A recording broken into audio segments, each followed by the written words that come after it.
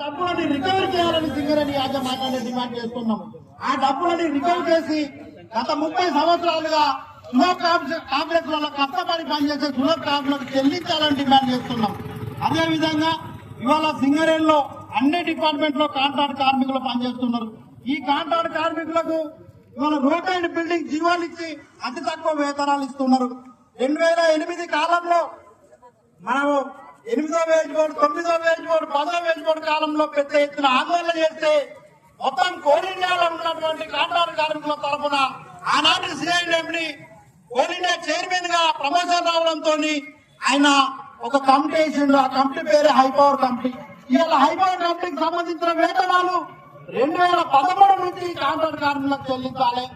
ఇప్పటికైనా Singareni college contract workers union తరఫున సింగరేణి యాజమాన్యాన్ని డిమాండ్ చేసేది ఏంటంటే ఇవాళ కాంట్రాక్ట్ కార్మికులకు హై పవర్ కమిటీ వేతనాలు అన్ని డిపార్ట్మెంట్ కాంట్రాక్ట్ కార్మికులకు చెల్లించాలని మేము డిమాండ్ చేస్తున్నాం. లేకపోతే ఈ డిమాండ్ పైన పెద్ద ఎత్తున పోరాటం చేయాల్సి వస్తుందని చెప్పేసి మేము భావిస్తున్నాం.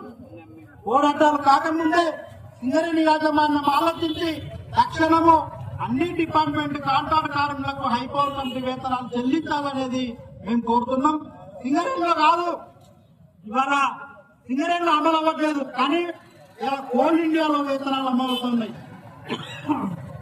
కోల్ ఇండియాలో పోరాటం చేసింది ఇవాళ సింగరేణి కాంట్రాక్ట్ కార్మికులు, కానీ ఇవాళ అమలు చేసి ఇవాళ కోల్ ఇండియాలో అమలవుతుంది.